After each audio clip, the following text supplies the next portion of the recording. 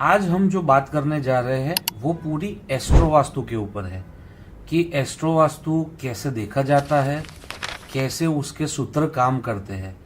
तो आइए मैं आपको बताता हूं कि एस्ट्रो वास्तु कैसे कैसे देखा जाता है। 2 या 3 तरीके हैं जिससे हम एस्ट्रो वास्तु देख सकते हैं। तो हम आज सारे तरीकों के बारे में बात करेंगे।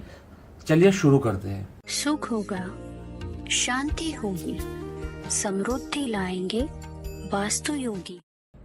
सबसे पहले आपके सामने ये जो रखा हुआ है ये हमारा राशि है और ये हमारा तत्व है।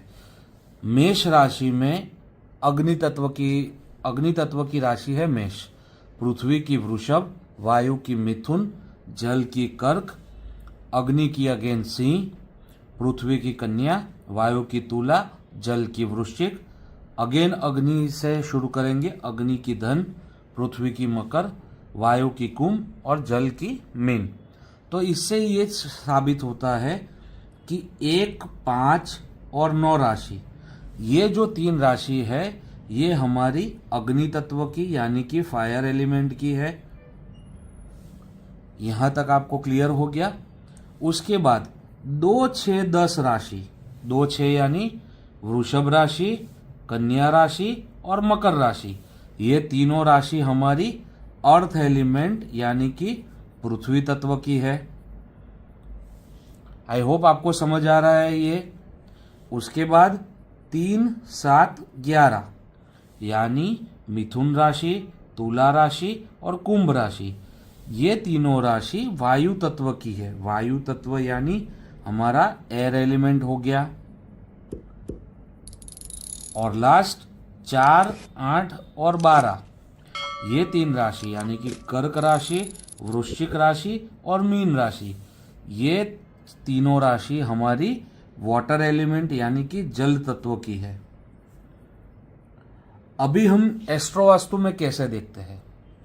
अभी हम एस्ट्रो वास्तु में ऐसे देखेंगे कि ये जो हमने देखा यहाँ पे, उसमें जो ग्रह है, जितने भी ग्रह है हमारे, उसको हमें देखना है। जैसे फर्स्ट एग्जांपल लेते हैं हम राहु का। राहु यानी हमारे घर का टॉयलेट होता है, राइट। टॉयलेट हमारे पास कोई जातक कुंडली लेके आता है और हमने देखा कि उसकी कुंडली में जो राहु है वो 1, 5 या फिर 9 राशि में है। अगेन मैं आपको बता दूं, किसी की कुंडली हमारे पास आई और हमने देखा कि उसका राहु 1 राशि में, फर्स्ट राशि में, यहाँ पे मैं घर की बात नहीं कर रहा, घर आप भूल जाओ, हाउसेज आप भूल जाओ, मैं राशि और राशि के तत्व की बात कर रहा हूँ और ग्रह की बात कर रहा हूँ। हमने देखा कि राहु 1, 5 या फिर 9 राशि में है, तो इसका मतलब क्या हुआ? अग्नि तत्व में है।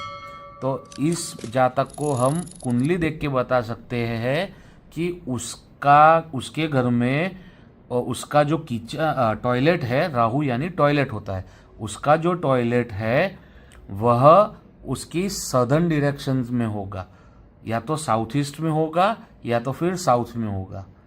आइए मैं इसको यहाँ पे समझाता हूँ। जैसे हमने देखा, एक कुंडली हम बनाते हैं छोटी सी, काल पुरुष की ही कुंडली ले लेते हैं एग्जाम्पल के तौर पे। यहाँ पे 1 है, 2 है, 3 है, 4 है, 5 है, 6 है, 7 है, 8 है, 9 है, 10 है, 11 है, 12 है। यहाँ पे 1 नंबर, 5 नंबर और 9 नंबर, ये 3 राशि की बात है, हाउसेस की बात नहीं है। यहाँ पे अगर राहु स्थित है या फिर यहाँ पे राहु स्थित है या फिर यहाँ पे राहु स्थित है, तो राहु हमारा फायर एलिमेंट में है।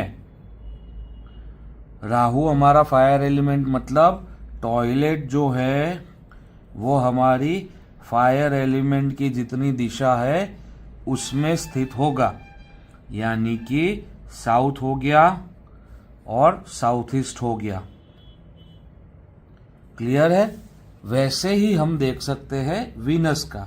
दूसरा एक एग्जांपल लेते हैं। यहाँ पे हम देखते हैं वीनस। वीनस अगर किसी के 2 6 या फिर 10 में है।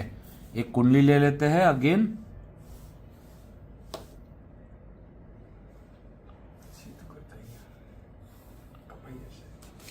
एक कुंडली ले लेते हैं, मीन लग्न की कुंडली लेते हैं। तो यहाँ पे 12 हो गया, 1 हो गया, 2 3 4 5 6 7 8 9 10 और 11।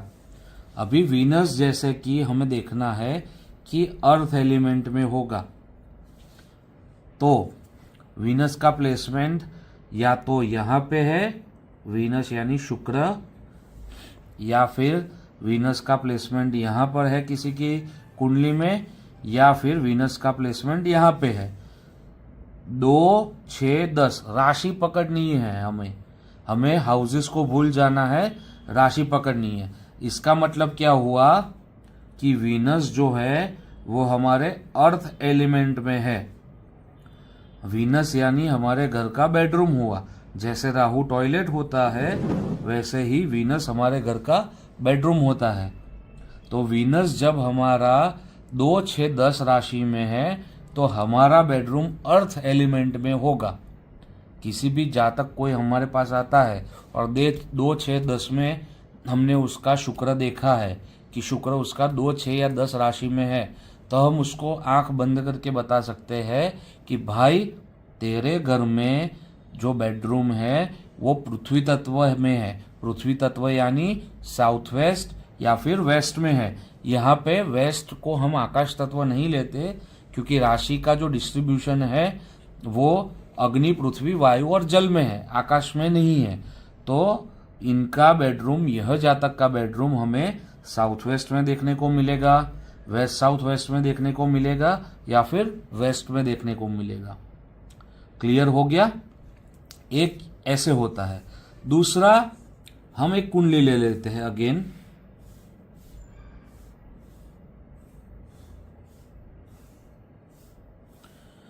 ये हम लेते हैं वृश्चिक लग्न की कुंडली। 8 9 10 11 12 1 2 3 4 5 6 और 7। अभी हमें देखना है यहाँ पे ये ईस्ट है, ये हमारा नॉर्थ हो गया, ये हमारा वेस्ट हो गया और ये हमारा साउथ हो गया। अभी हमने जैसे कि जो हमारी काल पुरुष की कुंडली में हम देखते हैं कि जहाँ पे भी नॉर्थ होता है वो 5 नंबर होता है। मैं आपको सिंपल तरीके से बताऊँ, आप लोग यहाँ पे आ जाइए। जो हमारी 4 दिशा और 4 कोने हैं, तो यहाँ पे जहाँ पे नॉर्थ है वो हमारा मर्क्यूरी यानी कि बुध है। जहाँ पे हमारा नॉर्थ ईस्ट है वो बृहस्पति, गुरु या फिर उसको जुपिटर भी बोल सकते हैं। जहाँ पे ईस्ट है वो हमारा सन यानी कि सूर्य देव वहाँ पे है। जहाँ पे हमारा साउथ ईस्ट है इसका मतलब वहाँ पे वीनस है। यहाँ पे जहाँ पे साउथ है यानी यहाँ पे मंगल है। यहाँ पे साउथ वेस्ट है यानी कि यहाँ पे राहु है। यहाँ पे वेस्ट है यानी कि यहाँ पे शनिदेव या फिर सैटर्न है। और यहाँ पे नॉर्थ वेस्ट है यानी कि मून और चंद्रमा भी उसको बोल सकते हैं। तो हमने यहाँ पे जो और सेंटर में हमारे केतु देव है, यहाँ पे हमने हमारे 9 ग्रह को देखा और यहाँ पे कुंडली में हमने हमारी जो 4 मुख्य दिशाएं हैं उसको हमने देखा। राइट? अभी ये वृश्चिक लग्न की कुंडली है। 8 नंबर यहाँ पे है, 8 नंबर यहाँ पे है। अभी 8 हमें देखना है कौन से तत्व में आता है, तो वो वाटर एलिमेंट में आता है। तो 8 हमने देखा, तो उसके घर में अगर वाटर एलिमेंट यहाँ पे आ रहा है ईस्ट में, तो हमें देखना है कि ये जो बंदा होगा या ये जो जातक है उसके लिए ईस्ट दिशा सबसे इम्पोर्टेंट है। दूसरा कि ये जो जातक है उसके घर में ईस्ट में पानी का स्रोत रहेगा ही रहेगा, और अगर पानी का स्रोत भी नहीं मिला तो वहाँ पे बड़े बड़े मिरर्स उसने लगाए हुए होंगे। तो ये कुछ एग्जाम्पल्स है। आप कमेंट में हमें बताना कि आपको एस्ट्रो वास्तु के ऊपर और वीडियोस चाहिए, तो कमेंट में ज़रूर से बताना। इसके ऊपर कोई भी अगर डाउट है तो भी आप कमेंट में बताना। हम जल्द इसकी पूरी एक सीरीज बनाने जा रहे हैं जिसमें अलग अलग एस्ट्रो वास्तु के सूत्र के ऊपर से हम प्रेडिक्शन करना जानेंगे। तब तक के लिए धन्यवाद, आभार। वास्तु योगी।